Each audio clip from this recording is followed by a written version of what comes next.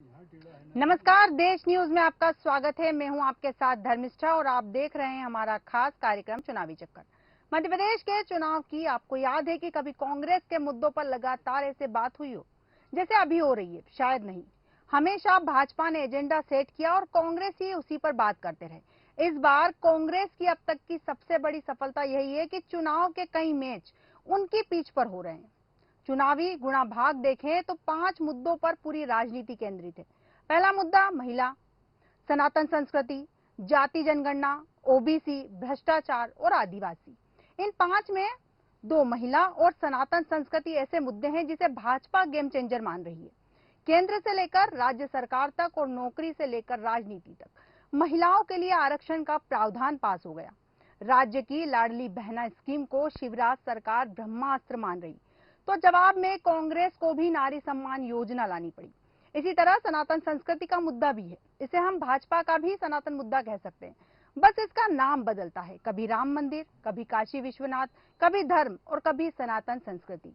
भाजपा की रणनीति सनातन मुद्दे से हिंदू वोटों को साधने और महिला मुद्दे से ऐसी गोलबंदी करना है जैसी 3 तलाक से 2018 में हुई थी।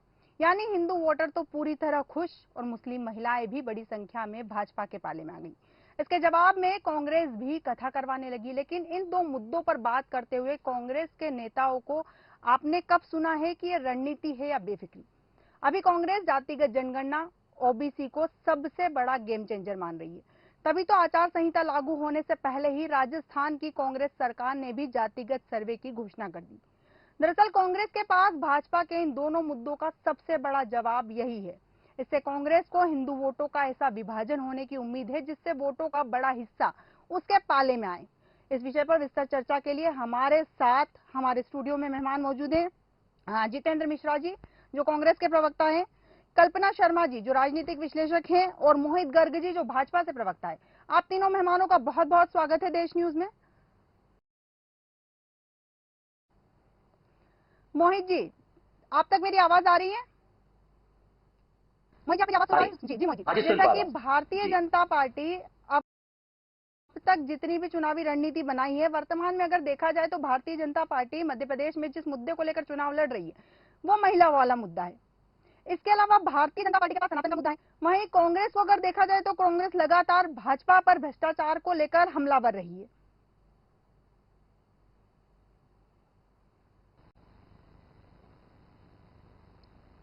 देखिए, हमारे पास मुद्दा महिलाएं नहीं है, हमारे पास मुद्दा है विकास जी।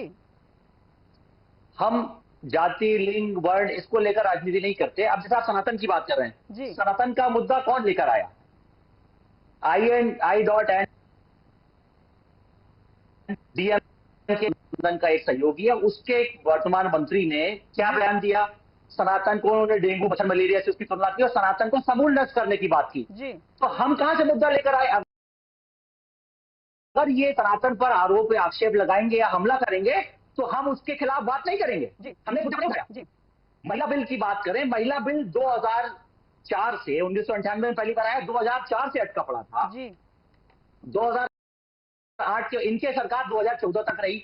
ये अपनी सरकार को बचाने के लिए लालू यादव जी और समाजवादी पार्टी, जिन्होंने कहा था कि अगर आप ये बिल लेकर आएंगे तो हम अपना समर्थन वापस ले लेंगे, जिसके चलते इस बिल को ये लोकसभा में लेकर नहीं आए। तो ये मुद्दे की राजनीति नहीं करते, ये वोट बैंक की राजनीति करते हैं। अब इनको महिलाएं दिख रही हैं, अब इनको ओबीसी दिख रहा है। अगर आप ओबीसी की बात कर रहे हैं तो हमारे तो प्रधानमंत्री महोदय भी ओबीसी हैं, हमारे तो मुख्यमंत्री महोदय भी ओबीसी हैं। तो ओबीसी की अगर आप बात करें तो आप तो ओबीसी को लाने की बात करते हैं। हमारे तो वर्तमान में ओबीसी प्रधानमंत्री हैं, वर्तमान में ओबीसी मुख्यमंत्री हैं। और कमलनाथ जी क्या कह रहे हैं, राहुल गांधी जी क्या करें? सरकार आएगी तो हम ओबीसी की हम जाति जनगणना कराएंगे। तो आप जाति जनगणना के बजाय आप देश के विकास की, लोगों के विकास की, गरीब लोगों के उत्थान की बात क्यों नहीं करते? अच्छा, अगर मान लीजिए आप जाति जनगणना की बात करते हैं तो आपको पता है कि ओबीसी सबसे बड़ी संख्या में है, तो कमलनाथ जी क्यों नहीं कहते कि यदि काल्पनिक तौर पर कांग्रेस की सरकार बनी तो ओबीसी मुख्यमंत्री होगा? अगर आप ओबीसी वर्ग के इतने बड़े हितैषी हैं तो आप घोषणा करिए और ये भी बोलिए कि अगर केंद्र में सरकार बनती है I.N.I के, उनके पास बहुत सारे ओबीसी चेहरे हैं, राहुल गांधी प्रधानमंत्री नहीं होंगे, ओबीसी वर्ग से कोई प्रधानमंत्री होगा, चाहे कांग्रेस से हो चाहे कहीं और से हो। तो ये सिर्फ सुविधा की राजनीति करते हैं। इनको ओबीसी वर्ग से, महिलाओं से, आदिवासी से, सबको ये वोट बैंक मानते हैं। वोट बैंक नाम ही कांग्रेस की उत्पत्ति है। जय श्रीवास्तव जी, आप हमारे साथ बने रहिए, हम आपसे भी चर्चा करेंगे इस विषय पर। जैसा कि मैं सबसे पहले सवाल करना चाहूंगी मोहित गर्ग जी से। जैसे कि भारतीय जनता पार्टी ने अपनी चौथी सूची जारी कर दी है और कई बड़े नाम इसमें भी शामिल हैं, क्या रणनीति है भारतीय जनता पार्टी की? देखिए, हमारी तैयारी संगठन की, भारतीय जनता पार्टी संगठन की तैयारी तो पूरे 5 वर्ष रहती है जी। चुनावी परिदृश्य को देखते हुए थोड़ा बहुत परिवर्तन उसमें किया जाता है, जो कि किया भी जाना चाहिए। तो उसके चलते आप देखिए, हमने पहली सूची कितनी जल्दी जारी कर दी, दूसरी सूची आ गई। तो हमारी सूची पर कांग्रेस का कहना था कि आपने हड़बड़ी में जारी कर दी हमारी सूची। अब आप बताइए, कांग्रेस के प्रवक्ता हर चैनल पे कहते हैं कि हमारा तो जिन प्रत्याशियों को लड़ना है उनको हाँ कर दिया गया, वो अपनी तैयारी कर रहे हैं। और फिर कमलनाथ जी कहते हैं 130 नामों पर मंथन चल रहा है, 130 सीटों पर मंथन चल रहा है। तो इनके यहाँ तो जो शतरफ है वो आपस में खींचतान में लगे हैं। इनकी सूची आएगी विड्रॉल फॉर्म वाले दिन। जी की प्रतिक्रिया चाहूंगी। जय श्रीवास्तव जी, इस पूरी लिस्ट पर आपकी प्रतिक्रिया क्या है?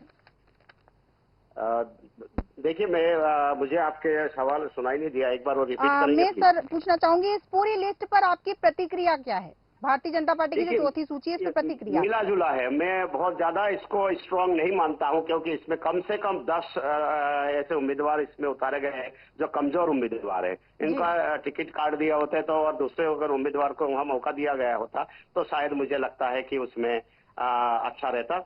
और लेकिन 10 टिकट गलत टिकट दिए गए हैं और इससे हो सकता है कि भारतीय जनता पार्टी को नुकसान हो। जी जी जी जी बिल्कुल जी, बहुत बहुत धन्यवाद जय श्रीवास्तव जी, हमारे साथ जुड़े रहने के लिए और बने रहने के लिए बहुत बहुत धन्यवाद आपका। जैसा कि भारतीय जनता पार्टी ने अपनी चौथी सूची जारी कर दी है और सवाल वही बनता है, मैं कांग्रेस प्रवक्ता के पास जाना चाहूंगी। भारतीय जनता पार्टी ने चौथी सूची जारी कर दी है और कांग्रेस की अभी तक एक भी सूची नहीं आई है। अभी चुनाव जी, भारतीय जनता पार्टी 1 साल पहले करे, 6 महीने पहले, ये उसका अपना व्यक्तिगत निर्णय है। जी, चुनाव की घोषणा आज हुई है, बहुत जल्दी हमारी सूची आ जाएगी। जी, हमारी सूची में देर का जो कारण है वो ये है कि बहुत सारे उम्मीदवार टिकट की लाइन में लगे हुए हैं। बिल्कुल, निश्चित तौर पर हमें उसमें छटनी करना है, उसमें हमें पार्टी के प्रति निष्ठा, उसकी ईमानदार छवि, इन सब को देखने के अलावा एक सिस्टम और है कांग्रेस में कि वो सर्वे कराती है और एक नहीं अनेक सर्वे कराती है। इसमें टाइम लगता है।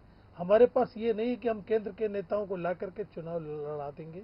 हमने ये तय किया है कि जो हमारा क्षेत्रीय कार्यकर्ता जो दरी बिछाता है, झंडे लगाता है और नारे लगाता है पार्टी को मजबूत करने की दिशा में, उन्हीं में से किसी एक को चुना जाए। और ये निश्चित, आपने अपने ओपनिंग कमेंट में कहा था कि पिच, अब भारतीय जनता पार्टी मजबूर हो गई है कांग्रेस की पिच पर खेलने के लिए। किसी भी चुनाव को हम देखेंगे तो भारतीय जनता पार्टी उसको सांप्रदायिक पिच पर ले जाती थी। इस बार जब हिमाचल का चुनाव हुआ तो हमने इसको विकास पर केंद्रित रखा और भारतीय जनता पार्टी से लगातार सवाल पूछे विकास को लेकर के, उनके पास जवाब नहीं था। परिणाम आपके सामने है क्या? बिल्कुल बिल्कुल। कल्पना जी, जैसा कि दोनों ही पार्टियां लगातार चुनावी तैयारियां कर रही है और चुनाव जीतने के लिए ही कोशिश कर रही है और मेहनत भी कर रही है और सारी तैयारियां ही उनकी इसी बेस पे है कि हम चुनाव जीते और अपनी सरकार बनाए। सवाल वही कि भारतीय जनता पार्टी ने अपना सर्वे करवाया, उस आधार पर टिकट घोषित करी, कांग्रेस अपना सर्वे करा रही। क्या लगता है कि टिकट की दौड़ में कांग्रेस पीछे है या भाजपा आगे है? धर्मिष्ठा जी, बीजेपी की जो सबसे अच्छी खासियत अगर मैं बात करूं ये होती है कि वो जिस दिन चुनाव खत्म होते हैं, जिस दिन रिजल्ट आता है, उस दिन से अगले ही युद्ध के लिए तैयारी प्रारंभ कर देती है। ये एक बीजेपी की तरीका होता है कार्य करने का। लेकिन वहीं मैं कांग्रेस की बात करूं, वो बहुत अच्छे पिच पर बैटिंग कर रही थी। एक बार ऐसा लगा था कि वो कहीं ना कहीं बीजेपी से बहुत आगे चली गई है। चाहे उसकी रणनीति की बात करें, उसकी घोषणाओं की, जिस तरह से वो घोषणा कर रही थी, जनता के बीच में जाने की उनकी तैयारी थी, वो अच्छी तरीके से हो रही थी। और जनता भी एक तरह से देखा जाए, सर्वे भी हमारे यही कहते थे कि 57 या 60 तक बीजेपी सिमटने वाली है। लेकिन कहते हैं कि मैच का जो असली रुख है वो लास्ट मोमेंट पे किस तरह से बल्लेबाजी या बॉलिंग की जाती है उस पर निर्भर करता है। यहाँ पे यही स्थिति हुई है कि बीजेपी जो बहुत पीछे चल रही थी कांग्रेस के हिसाब से, उसने लास्ट मोमेंट पे अपना पिकअप लिया और वो इस समय टिकट बंटवारे की अगर मैं बात करूं, जनता के बीच जाने की बात करूं, घोषणाएं ताबड़तोड़ जिस तरह से उन्होंने घोषणाएं की और उस पर इम्प्लीमेंट किया, जो रणनीति कहीं ना कहीं बीजेपी के कांग्रेस के द्वारा बनाई जा रही थी, जो घोषणाएं कांग्रेस कर रही थी, उन्हीं सारी घोषणाओं को बीजेपी ने लागू भी कर दिया।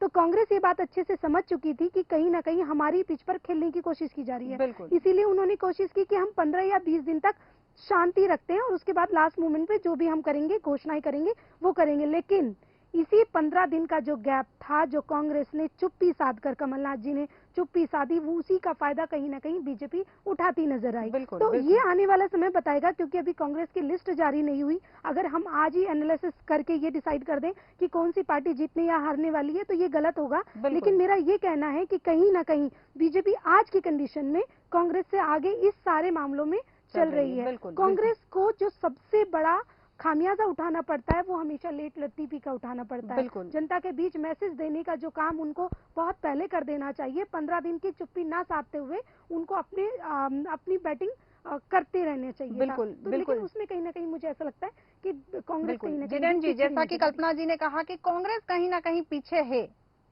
निश्चित तौर पर कल्पना जी ने अपना व्यू रखा, अपना विचार रखे हैं जी, लेकिन हम भी एक रणनीतिक तौर पर इसमें काम कर रहे थे। हमें मालूम था कि जो घोषणाएं हम जनता के लिए करेंगे, भारतीय जनता पार्टी उन पर काम करने लगेगी। लेकिन आज हम सवाल ये पूछेंगे कि भारतीय जनता पार्टी के नेतृत्व की विश्वसनीयता पर संकट खड़ा हो गया। जी, 22,000 घोषणाएं 16 साल में भारतीय जनता पार्टी की सरकार ने, शिवराज सिंह जी ने की है। अभी जब से ये सरकार खरीद कर बने हैं, 53,601 घोषणाएं इन्होंने कर दी है। इन घोषणाओं को अगर धरातल पर चेक करेंगे तो सारी चीजें सामने आ जाएंगी। इसलिए मुझे लगता है भारतीय जनता पार्टी की जो घोषणाएं हैं उनको कहीं जनता में विश्वास नहीं है, क्योंकि आज भारतीय जनता पार्टी के मुख्यमंत्री को चेहरे को अलग रखा जा रहा है या उन्हें पीछे किया जा रहा है। तो इसके पीछे स्पष्ट रूप से मैं देखता हूं कि कहीं ना कहीं एंटी इनकम्बेंसी, कहीं ना कहीं ये झूठी घोषणाएं, उसको लेकर के केंद्रीय नेतृत्व भी सतर्क हो गया है और मुख्यमंत्री के ऊपर भरोसा नहीं किया जा रहा है। आप भी देखिए, आज आपने बताया सनातन की बात। अरे विकास पे जब सवाल पूछे जाएंगे, जवाब नहीं आएंगे, तब भारतीय जनता पार्टी की समझ में आएगा कि चुनाव किस तरीके से लड़ा जाता है। कर्नाटक में भी आपने देखा, सांप्रदायिकता की ओर चुनाव को ले जाने का प्रयास किया, लेकिन हमने विकास पर केंद्रित रखा। और मध्य प्रदेश में भी चुनाव विकास पर केंद्रित रहेगा, चाहे ये किसी भी तरह से चुनाव की दिशा को भटकाने का प्रयास करे। और वो सारे के सारे परिणाम अभी जय श्रीवास्तव जी ने स्पष्ट कर दिए हैं कि दूसरी सूची में विरोध था, चौथी सूची जो आई है ये भी कमजोर। बिल्कुल, इस पर भी चर्चा करेंगे। मोहित जी, आप कुछ कहना चाह रहे थे? हमारी सूची में कुछ मनभेद हो सकते हैं जी। आपकी सूची क्यों नहीं आ पा रही? अभी तो आप कह रहे थे कुछ समय पहले कि हमारी सब तैयारी है, हमारे लोगों को हाँ कर दिया गया है। अब आपके नेता कमलनाथ जी कह रहे हैं कि 130 सीटों का मंथन चल रहा है।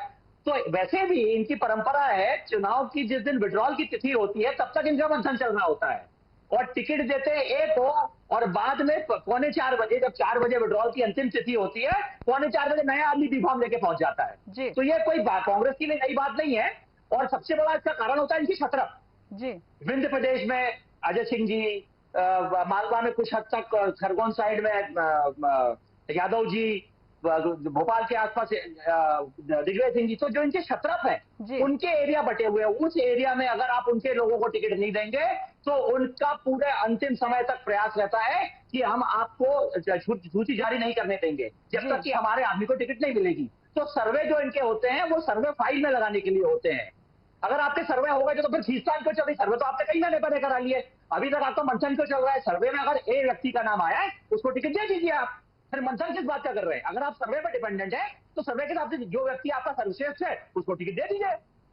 मगर क्या टिकट डिसाइड होती है? बिल्कुल जितेंद्र जी, बोलिए, आप बोलिए। देखिए, भारतीय जनता पार्टी में अभी आपने देखा पहली सूची 3 महीने पहले आ गई, 2 महीने पहले आ गई। इसके पहले भारतीय जनता पार्टी में कभी नहीं हुआ, क्योंकि भारतीय जनता पार्टी में टिकट को लेकर के लंबी लाइन लगती थी। आज वही स्थिति कांग्रेस के साथ है। कांग्रेस को तय करने में दिक्कत आ रही है, निश्चित तौर पर सही बात है। इतने ज्यादा उम्मीदवार यहाँ पर टिकट मांग रहे हैं क्योंकि कांग्रेस का माहौल दिख रहा है। जनता के बीच में कांग्रेस बात करती दिख रही है, जनता कांग्रेस की बात करती दिख रही है। तो आपने देखा खाली टिकट वितरण नहीं, रोजाना भारतीय जनता पार्टी छोड़ के कांग्रेस ज्वाइन करने वालों की भी लाइन लगी हुई है। तो हमारे साथ में ये दिक्कत है कि एक एक सीट पे 10-10 उम्मीदवार टिकट मांग रहे हैं। निश्चित तौर पर हमें उसकी निष्ठा भी देखना है, हमें जिताऊ चेहरा भी देखना है, हमें उसकी ईमानदारी भी देखना है। हम अगर केंद्र से लाकर के सूची लगा देते, वहां से लाकर के लड़ा देते, तो हमारे पास तो उम्मीदवारों की कमी नहीं है, इसलिए देरी हो रही है। आपके पास तो उम्मीदवारों ने मना करा। विजय वर्गीय बोल रहे हैं कि मेरे चुनाव लड़ने की इच्छा नहीं थी, मुझे जबरदस्ती लड़ाया जा रहा है। ऐसे अनेक बयान ये बताते हैं उम्मीदवारों का टोटा है, और जो विधायक हैं वो विधायक दोबारा चुनाव लड़ने में कतरा रहे हैं। इसीलिए आपकी ठीक है सूची जितेंद्र जल्दी जी। आई है। मोहित जी, चौथी सूची में मंत्रियों के नाम घोषित करने में इतनी देर क्यों की गई है? क्या उनके जीतने पे संशय था भारतीय जनता पार्टी को? जी नहीं, मंत्रियों, देखिए इनके पास सर्वे होता है, हमारे पास रिपोर्ट कार्ड होता है। जिस व्यक्ति ने, चाहे वो मंत्री हो चाहे विधायक हो, उसने अगर उचित काम किया है, उसने, उसकी क्षेत्र की जनता उससे, मतदाता उससे खुश है, तो उसको टिकट दी जाएगी। कितना ही बड़ा नाम हो, अगर उनकी रिपोर्ट कार्ड गलत है या उनके क्षेत्र में उनकी स्थिति अच्छी नहीं है, तो उनको टिकट नहीं दी जाएगी। इसमें कोई आश्चर्यजनक बात नहीं है जी। और सूची आप देखिए, लगातार हम सूची क्षेत्रवार डिसाइड कर रहे हैं। पहले 35 से 38 लोगों की सूची आई, दोबारा सूची आई, तीसरी सूची आई। तो हम तो अपनी तैयारी के हिसाब से सूची जारी करती जा रहे हैं और लोग काम कर रहे हैं। मगर इनके यहाँ तो ये समस्या है, जैसा इन्होंने खुद बताया, इनके यहाँ समस्या क्या है, जो क्षेत्र जिस एरिया का है उसने अपने क्षेत्र, अपने लोगों को टिकट दिलवाने के लिए जहां उनका क्षेत्र नहीं है वहां भी अपना एक आदमी फंसा रखा है कि हम निगोशिएट करेंगे, उसको टिकट दो, नहीं तो हम यहाँ टिकट मांगेंगे। तो ये इनकी परंपरा हमेशा की रही है। इसके चलते जो भीतरघात होता है, अभी इनकी सूची आने दीजिए आप, फिर देखिएगा। ये अभी बड़ी बड़ी बातें कर रहे हैं कि हमारी सब तैयारी है, सर्वे है, सूची आने दीजिए। ठीक है मोहित जी, ठीक है। कांग्रेस की सूची आने के बाद में आपने कहा कि बगावत के सुर देखने को मिलेंगे, लेकिन भारतीय जनता पार्टी की जो 3 सूची आई उसमें भी तो बगावत के सुर देखने को मिले। चौथी सूची में भी ये आप अच्छे से जानते हैं कि बगावत के कहीं ना कहीं से सुर देखने को मिलेंगे। देखिए, विरोध और बगावत में फर्क है जी। विरोध करने का हक लोकतंत्र में सबको है। ठीक है। बगावत तब होती है जब आदमी पार्टी छोड़ के चुनाव लड़ता है, उसको बगावत कहते हैं। विरोध करने का, मैं टिकट मांग रहा हूँ, मुझे नहीं मिली, तो मैं भी पार्टी फोरम पर जाके बात करूंगा कि आप मुझे टिकट क्यों नहीं दे रहे हैं। ठीक है। उसको आप विरोध कह सकते हैं। बगावत तब होगी जब मैं चुनाव लड़ूंगा। जी। तो अभी ये बात कर रहे थे, सचिन बिरला जी इनके विधायक है, आज उन्होंने कौन सी पार्टी ज्वाइन करी? जी, वो तो विधायक है जी। तो पार्टियों में प्रत्याशियों का, लोगों का, कार्यकर्ताओं का, नेताओं का छोड़ना, स्विच करना उनकी आकांक्षाओं के हिसाब से रहता है। जी जी। अब इनके तो विधायक थे, वो वर्तमान विधायक, उन्होंने पार्टी क्यों छोड़ दी, हमारी पार्टी में आ गए, स्वागत है उनका। हमारी पार्टी से कुछ लोग गए थे। कल्पना जी, जैसा कि चुनाव आते हैं, चुनाव आते ही दल बदल की राजनीति होती है, आरोप प्रत्यारोप की राजनीति होती है। इस बार भारतीय जनता पार्टी और कांग्रेस दोनों ही अपनी अपनी रणनीतियों के साथ नहीं, अलग अलग रणनीतियों के साथ मैदान में।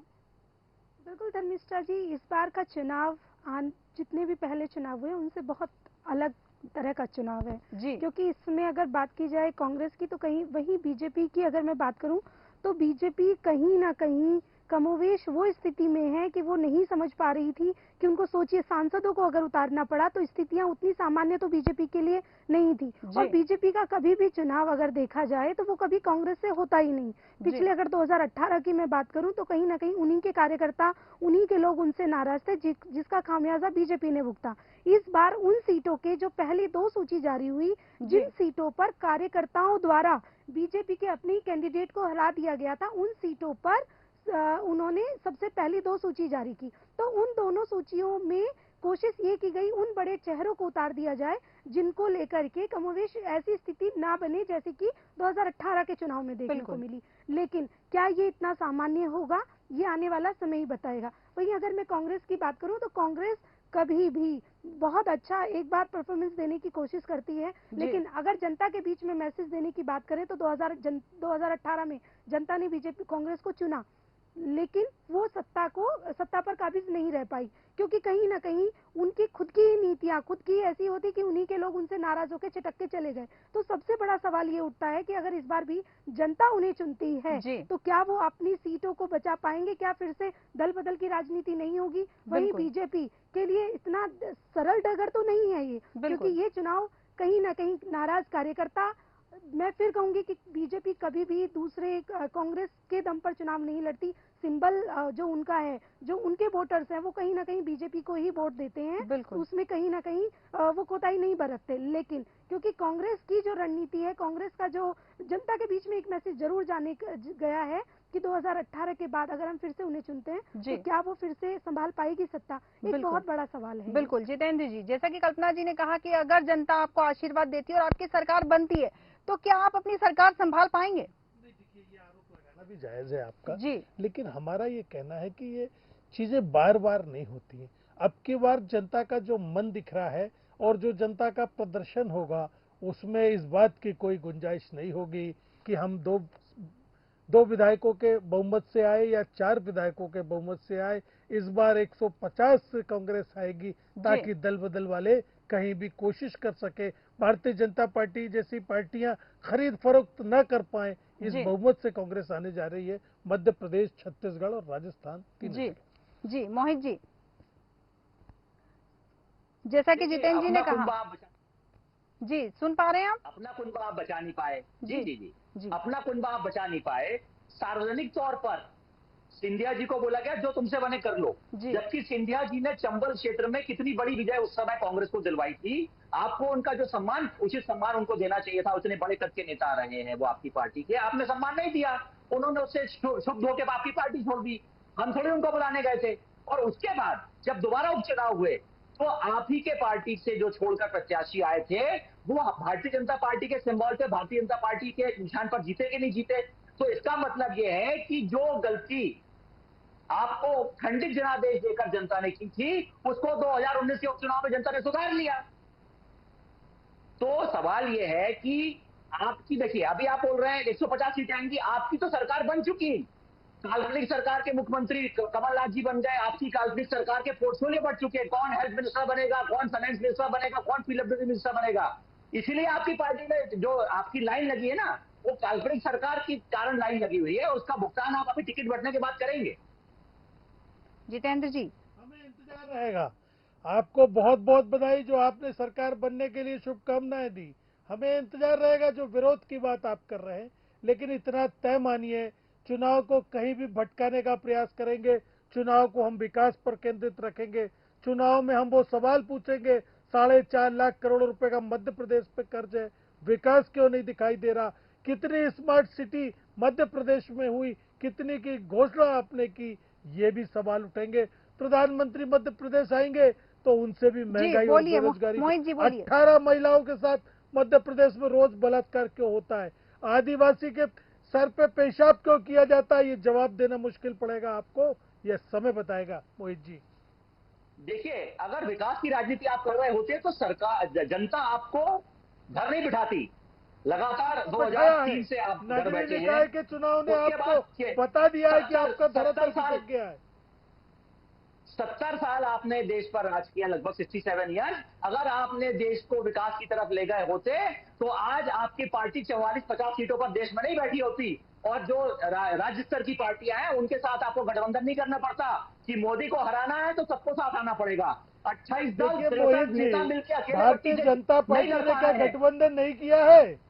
मुझे इसका तो जवाब दीजिए। मगर कांग्रेस को हराने के लिए गठबंधन का दल निभा रहे हैं। उसके बावजूद भी हमारी पार्टी अकेले भी सरकार चलाने में सक्षम है। मगर चूंकि हम गठबंधन करके आए थे इसलिए हम गठबंधन का धर्म भी निभा रहे हैं। और अगर हम निभा रहे हैं गठबंधन को तो आपको परेशानी क्यों हो रही है? नहीं। अच्छा, आप गठबंधन का धर्म निभा रहे हैं तो मध्य प्रदेश में आप और कांग्रेस आमने सामने क्यों लड़ रही है? दिल्ली में आप क्यों लड़ने वाले हैं? पंजाब कांग्रेस ने क्यों कह दिया कि हम गठबंधन नहीं करेंगे? जब आपने अलगाववादियों के साथ कश्मीर में गठबंधन किया था फिर आप आमने सामने क्यों लड़े? पत्थरबाजों के साथ गठबंधन था आपका कश्मीर में, महबूबा मुफ्ती के साथ। आपको एक देश की बात करते थे। उसके आपके गठबंधन में आम आदमी अरे आपके गठबंधन की बात करो, महबूबा मुफ्ती के साथ जो गठबंधन था वो धर्म आधारित गठबंधन था, वो आपके सिद्धांतों पर आधारित गठबंधन था। आपने देश के अलगाववाद की बात, लोगों के साथ गठबंधन किया, ये चरित्र है आपका।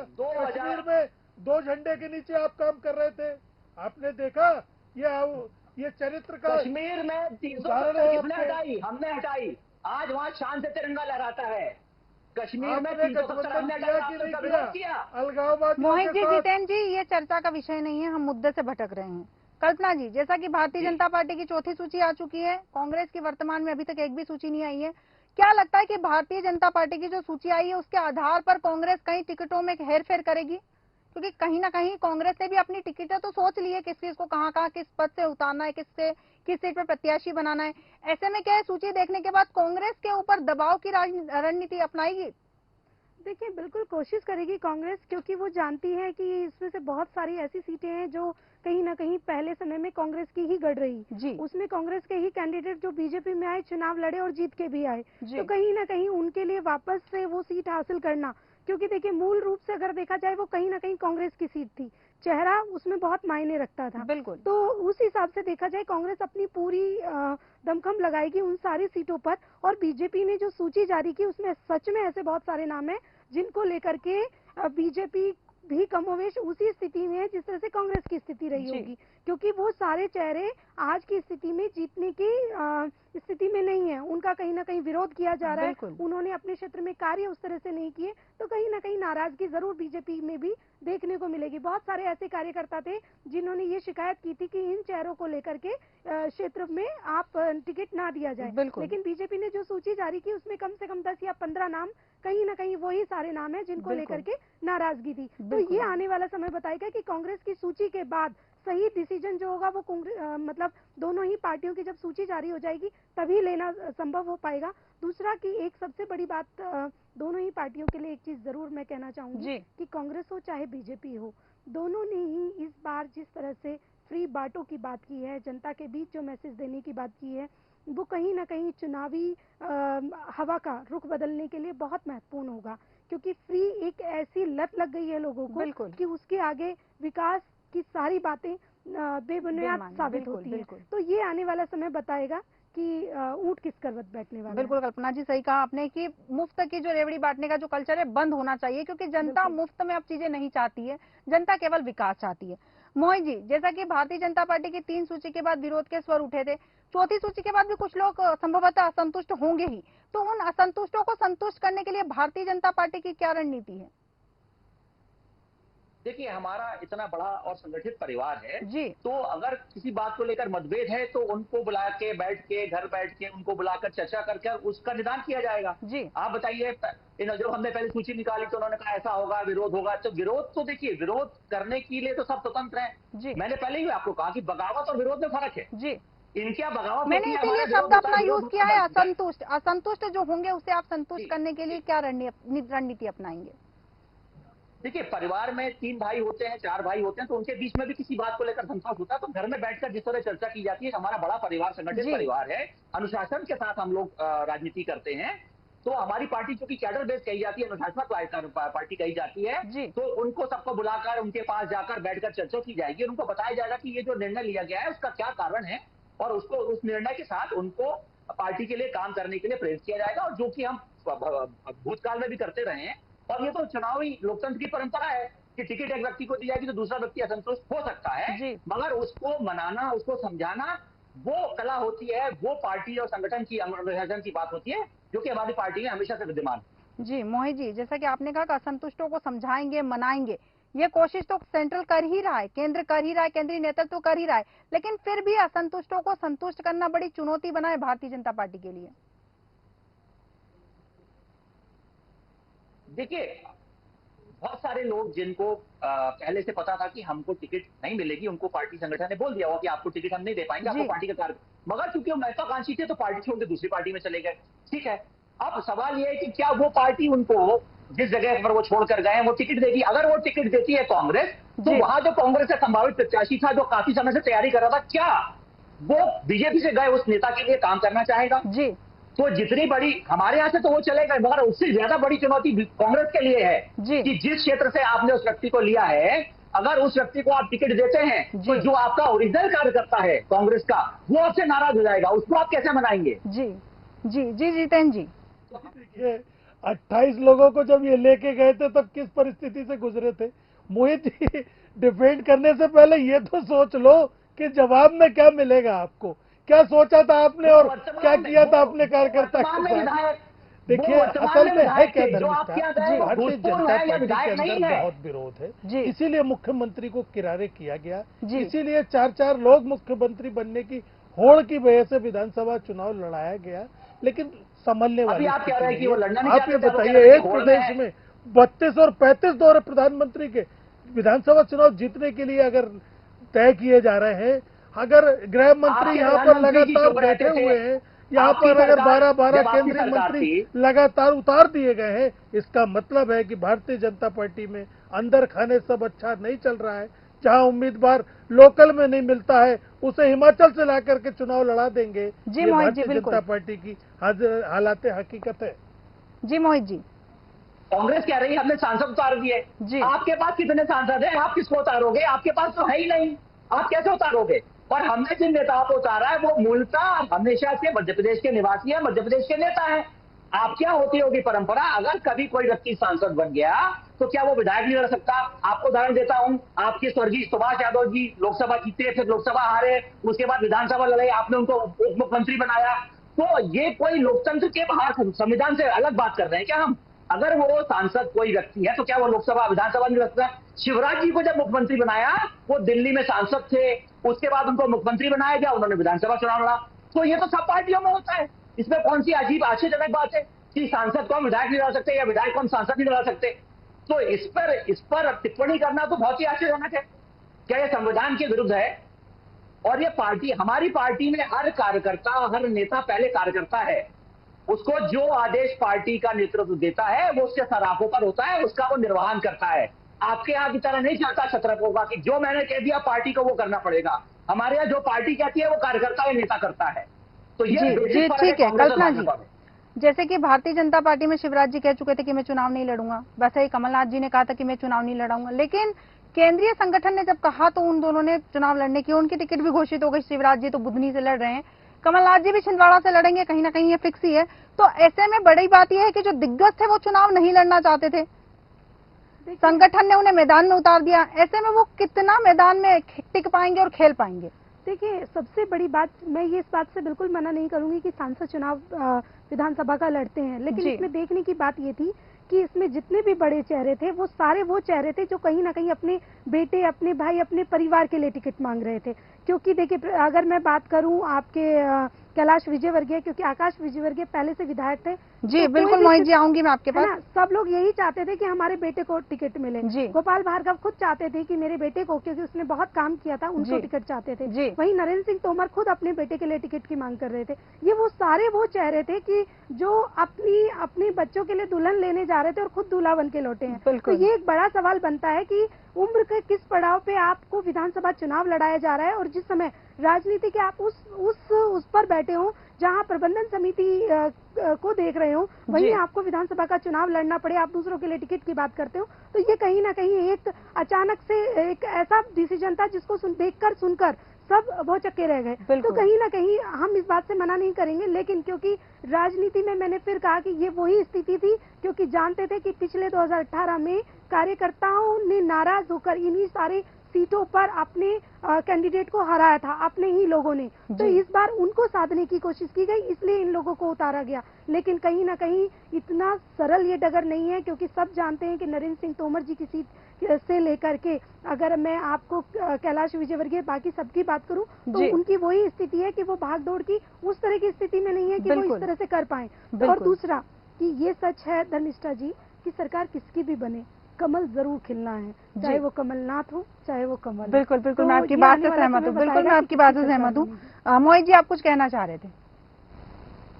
मैं कह रहा था, जैसे कल्पना जी कह रहे थे, जैसे देखिए हमारी पार्टी में परिवारवाद नहीं चलता। अब मैं आपको उसका उदाहरण देता हूँ। आप कहेंगे इनका लड़का उनका, मैं आपको कैलाश जी को टिकट दिया गया तो आकाश विजयवर्गीय जी की टिकट काट दिया गया, गोपाल जी को टिकट दिया गया तो अभिषेक जी का टिकट हटा दिया गया, नरेंद्र सिंह जी को टिकट दिया तो उनके बेटे। अगर यही कांग्रेस पार्टी होती, देखिए दिग्विजय सिंह जी के बेटे लड़ेंगे, उनके भाई लड़ेंगे, वो स्वयं राज्यसभा सांसद हैं।